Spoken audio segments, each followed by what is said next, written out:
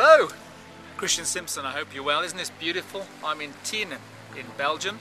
My good friend and business associate Ingrok's hometown. Her family and generations have operated in this beautiful square.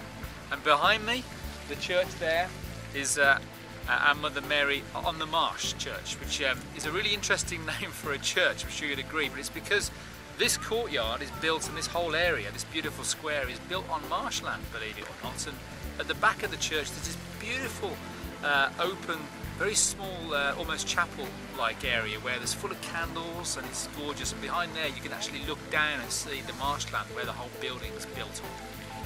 So the reason I wanted to wish you all a good morning and just share some information with you, because I've been thinking about the last couple of days. I've been writing some lessons for our Science of Success program and really thinking about human potential. What is it that you believe about your potential? You know, because a lot of people don't realise how much they limit their ability, limit their performance by how their belief system really robs them of their potential. Let me explain what I mean by that. Well, firstly, most people look at their performance as their potential. That's a big error.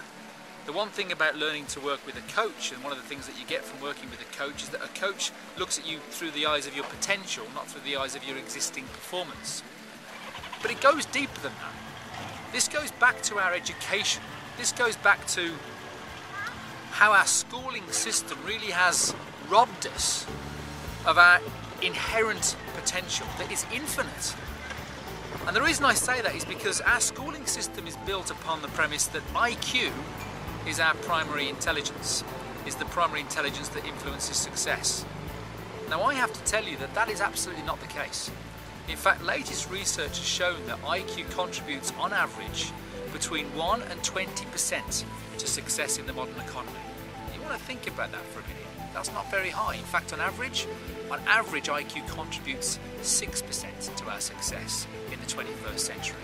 So just to recap that, our most mature aspects of our most matured intelligence through our education system contributes only, on average, 6% to our success. So what contributes the rest? Well, you're a threefold being. You have to accept these terms or not, but you're a spiritual being gifted with an intellect living in a physical body. But you have 4 primary intelligences: IQ, intellectual intelligence; EQ, emotional intelligence; SQ, spiritual intelligence; and PQ, physical intelligence.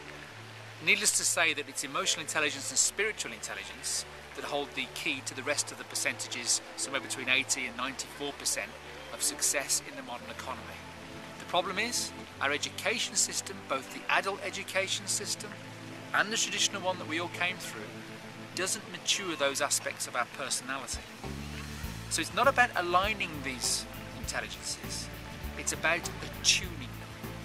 And if you really want to change the results that you're getting in your life, seek out means of expanding and maturing your emotional and spiritual intelligence. That is what we do on the Science of Success, and that's what I've learned over the last 15 years of my study in human potential. I was just following the well-trodden path that the education system and everybody around me was following in my life, until things started to change in me. And when things started to change in me, things started to change for me, because I started to mature parts of my intelligence, parts of my personality that was really untapped. Anyway, I don't want to waffle on anymore. I'm going to leave you to have a look at that beautiful church once again, and thank you for your attention. Be well. Bye-bye.